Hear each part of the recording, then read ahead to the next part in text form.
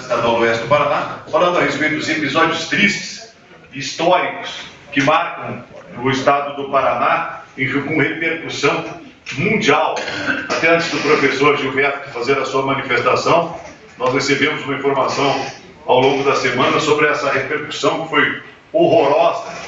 em todo o mundo, não só no Brasil. A imprensa brasileira talvez não tenha dado a devida importância, mas repercutiu, dentre outros órgãos, no Le Monde, El País, The New York Times, Mail Online, BBC News, Deutsche Welle, Reuters, Sputnik News, La Prensa, Fox News, dentre outros veículos do mundo todo, essa tragédia horrorosa que nós tivemos no estado do Paraná, infelizmente. E o professor Gilberto está convidado ao fazer uso dessa tribuna pelo prazo de 15 minutos. Obrigado. Boa noite a todos. Saúdo o vereador João Marcos Gomes, presidente da Câmara, na pessoa do vereador, também todos os demais vereadores, público aqui presente, os colegas da União Oeste, o professor Paulo Collin, diretor do campus, e também a comunidade em geral que nos acompanha aqui. E o que a gente espera, fundamentalmente, partindo desse momento extremamente triste que a gente vive, utilizá-lo como um momento também de reafirmação da democracia e de defesa das liberdades democráticas, que a gente consiga inverter o jogo, se utilizando, partindo da tristeza do momento em que a gente vive, da triste fama que o Estado do Paraná ganha no mundo afora, como foi muito bem ressaltado, para reafirmar os valores democráticos, os valores da liberdade de manifestação, os valores da liberdade de organização e também da liberdade de organização sindical. Afinal, antes de tudo, sindicatos que estavam organizados, mobilizados em torno dos seus direitos, que foram barbaramente reprimidos. Em primeiro lugar, eu queria muito rapidamente, recuperar o que nos levou a esse momento de greve, a esse momento de manifestação. A partir da greve ocorrida no mês de fevereiro, essa greve que tinha outros pontos de pauta, no caso da universidade, mas fundamentalmente chegamos rapidamente, no mês de fevereiro, a um termo de acordo, no qual, entre outros pontos, o governo se comprometia, o governo do Estado do Paraná se comprometia a não atacar os direitos previdenciários dos servidores do Paraná. Demorou muito poucos dias para que esse acordo fosse rasgado por parte do governo do Estado do Paraná e, portanto, contra a nossa vontade, só quem participa de um movimento de greve sabe o quanto é difícil, o quanto é doloroso, o quanto um servidor público, um professor, tem dificuldade de estar no momento de greve, não é nem de longe a situação que se busca como desejada, mas rapidamente a reação a esse novo ataque foi a deflagração mais uma vez de um momento de greve, por parte dos docentes da União Oeste, de todas as universidades do Estado do Paraná, dos servidores técnico-administrativos da União Oeste e de outras universidades, dos professores da rede pública, dos agentes penitenciários, dos servidores da saúde, de uma série de servidores do Estado do Paraná que se revoltaram contra este projeto. O que este ataque aos direitos previdenciários significa? Significa que aqueles valores que são descontados nos nossos salários desde o final dos anos 90 ainda da instituição do Paraná Previdência desaparecerão gradativamente a partir do momento em que mês a mês o governo do Estado do Paraná utilizará esses recursos para o pagamento de aposentadorias de aposentados que nunca contribuíram para este fundo e que, portanto, estes pagamentos são de responsabilidade do governo do Estado, que deve fazer com o Caixa Único do Tesouro, e não com os recursos de um fundo previdenciário que foi constituído com a finalidade precípua de garantir a possibilidade de aposentadoria destes servidores. Todos os servidores do Estado do Paraná integram o Paraná Previdência, contribuem com 11% sobre o salário bruto total, não sobre uma parcela do seu salário. Portanto, a garantia da aposentadoria integral do Paraná Previdência como sendo a forma de efetivação dessa garantia não é uma dádiva, não é um favor, muito pelo contrário. Os sucessivos governos estaduais deixaram de recolher a sua parte da contribuição previdenciária. Portanto, esses 8 bilhões de que tanto se fala são 8 bilhões acumulados exclusivamente com a contribuição ao longo dos anos do conjunto dos servidores do Paraná. Acho que recuperar rapidamente essa informação é imprescindível para que se compreenda o grau de indignação, o grau de revolta, né, do conjunto dos servidores e que se expressou nesses dias tristes que vivemos na última semana. Nós do campus de Marechal Cândido Rondon, da União Oeste, estivemos com aproximadamente 50 a 60 docentes, técnicos administrativos e estudantes nos dias 27, 28 e 29 na cidade de Curitiba. O conjunto das universidades do estado do Paraná teve lá, naquele momento, em torno de 1.000 docentes, estudantes e técnicos administrativos, como parte desse movimento muito mais amplo, que reuniu em torno de 20 mil pessoas, né, no ápice, na última quarta-feira, no dia 29 de abril. O que a gente registra e a gente tem conversado entre os colegas, entre os estudantes que nos acompanharam também, é difícil expressar sem que a emoção tome conta, é difícil expressar o que a gente viveu nesses dias. E eu acho que o primeiro registro, que é fundamental, é que a repressão avassaladora, com 6 mil bombas, com tudo aquilo que fez o Paraná tristemente se tornar muito famoso em âmbito mundial, essa repressão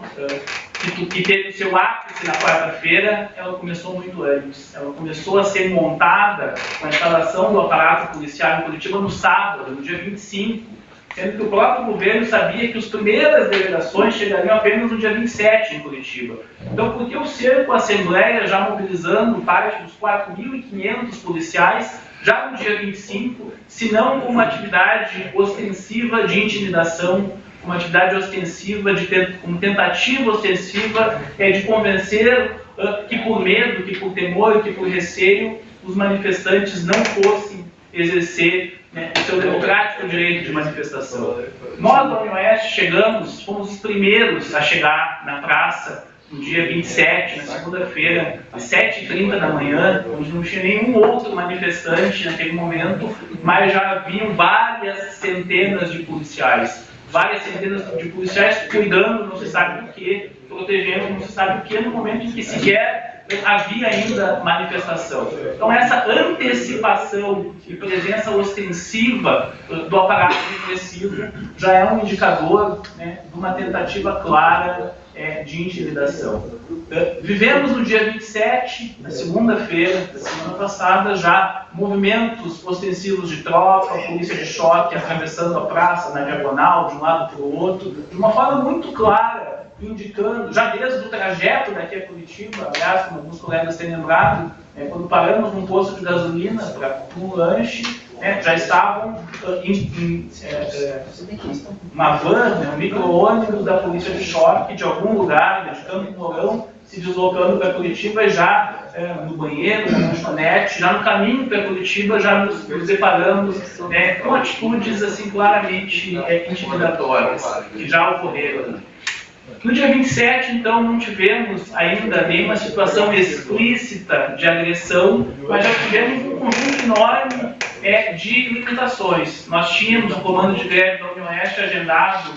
um horário com um deputado estadual de Bibi, e foi colocado todo o tipo de limitação e de empecilho para que essa audiência se efetivasse. Nós só conseguimos, depois de muito tempo, de muita negociação, o ingresso de 4 integrantes do nosso comando de mobilização, o ingresso do interior da Assembleia Legislativa, os quais ficaram absolutamente apavorados com a presença física ostensiva do aparato repressivo também no interior da Assembleia Legislativa, não apenas na praça, não apenas cercando o espaço. Nesse dia já encontramos limitações, como, por exemplo, a proibição do caminhão de som de que se aproximasse, e a gente sabe que a presença do caminhão de som é um elemento de estabilização, de organização, é o caminhão de som que possibilita, por exemplo, controlar ânimos mais exaltados quando isso ocorre,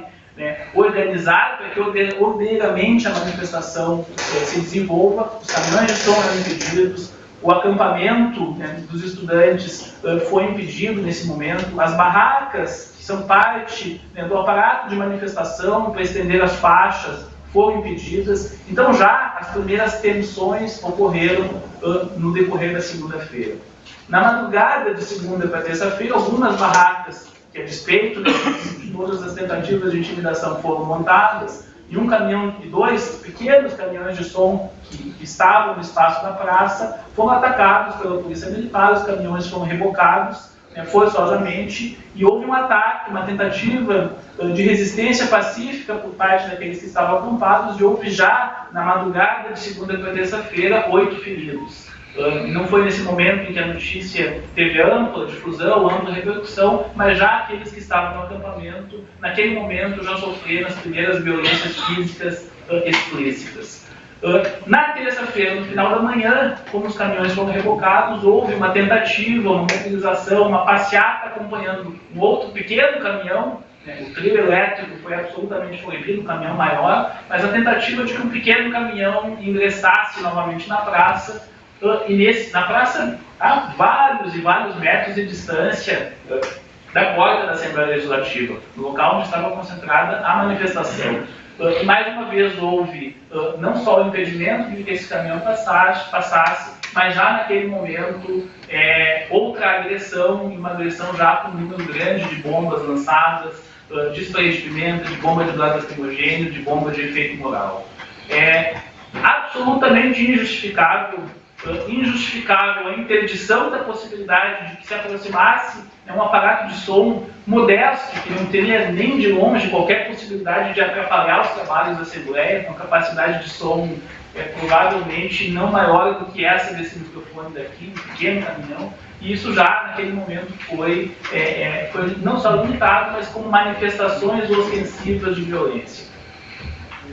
A gente, em certa medida, quando o governo reage